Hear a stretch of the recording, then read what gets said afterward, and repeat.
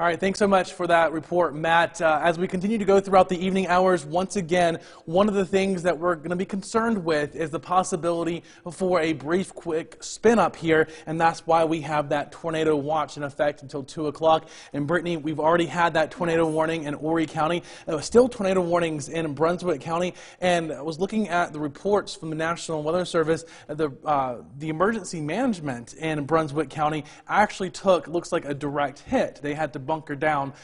So these do produce tornadoes, and this is what we're going to be watching. Yeah, that system or that cell that we saw earlier moved towards Loris, that is the quintessential type of tornado that you see with these storms. It's a very quick little spin up. As it kind of moves onto land, you get that little bit of that rotation, quickly spins, and it kind of moves over land. So we are already seeing this tornado watch pretty much confirmed as we saw that cell move in earlier. And you could see that earlier on that velocity there. Yeah, and you know, there's still some spin right now in Brunswick County.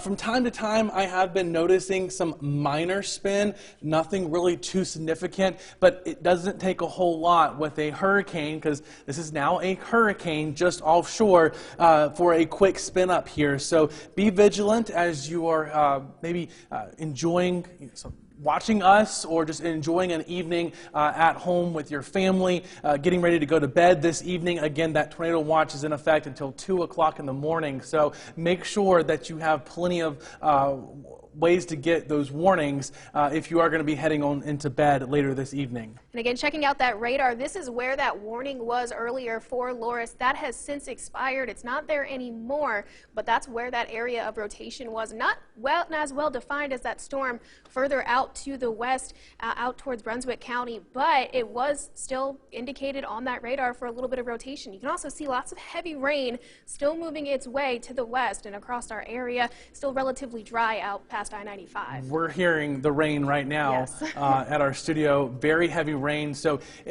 travel this evening, not advised. Stay home. If you don't have to be on the roadways, don't do so. Nighttime is dark with the wind gusting. We're going to see tropical storm, maybe even potential hurricane gusts later on this evening. But sure enough, that is a tropical storm force winds is enough to cause some wind damage there. So a tree possible on the roadways this evening, and it is dark. So again, watch out for that. Of course, you know, going through this evening, we're going to be watching that possibility for even some stronger winds. Looking down towards Georgetown, we actually had a report of tropical storm for a tree down there in Georgetown. So that report coming in this evening is not picking up there. But you notice here, this is now our radar from the Charleston site, and you can see that kind of eye just to the south here, and this storm is moving off towards the north. So we are expecting landfall later this evening somewhere in South to North Carolina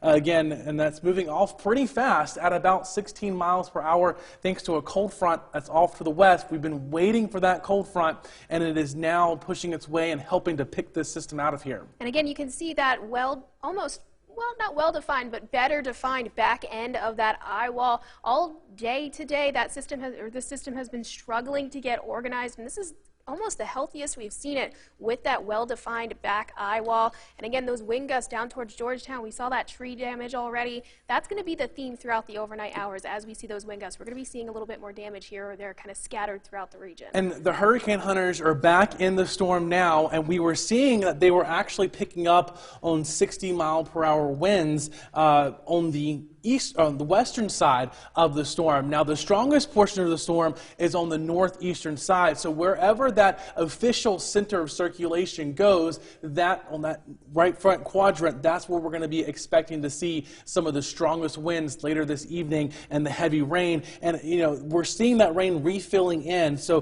where you're not seeing the rain, we'll have continued periods of heavy rain from time to time. And you can see here wave heights offshore, you know, between 8, 10, 12 feet. Again, that's just offshore, so some pretty high waves out there. And that's kind of mixing in with that high tide that we're seeing right now. It was earlier about 8:23 was that high tide, so it's just starting to kind of drop off now. But mixed with these higher wave heights and this storm surge, that's why we're seeing a little bit of flooding down towards Garden City and areas such as that. Because again, mixed with that high tide, the timing of that high tide and the timing of this system moving in, it kind of is helping to fuel some of that flooding that's going on right now. Also, the rain not really helping either. And peak winds, we had a peak wind gust of 43 miles per hour in North Myrtle Beach, 44 mile per hour peak wind gust in Georgetown. We're starting to see the tropical storm force wind gusts here moving in, so this is only going to get breezier as we go through the evening. Watch out for that wind.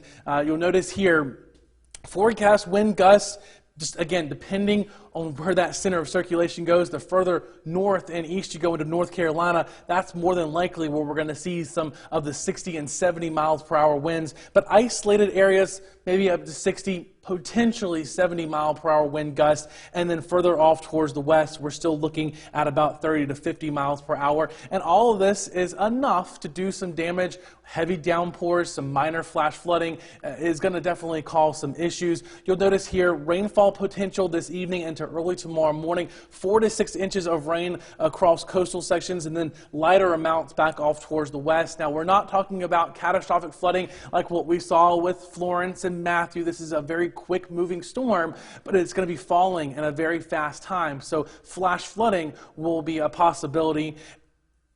And whenever you do come across the flooded roadways, just turn around, don't drown. We always say that. And if officials have barricades on roadways, don't cross over those barricades. You don't know if a roadway has become washed out. You don't know what's over those roadways. So that's going to be a concern this evening. Yeah, they set up those barricades for a reason. It's not, fun and games. They just want to block off the road. If it's blocked off, don't go around it. And again, yes, normally with these tropical systems, we're expecting a little bit of some prolonged rain. That's not the case. It's a flash flood situation. Think more of like those summer thunderstorms that kind of move through really quickly. So kind of change your frame of mind with those flash floods that we're expecting for this. All right, we're going to talk this back to Nikki and Bob.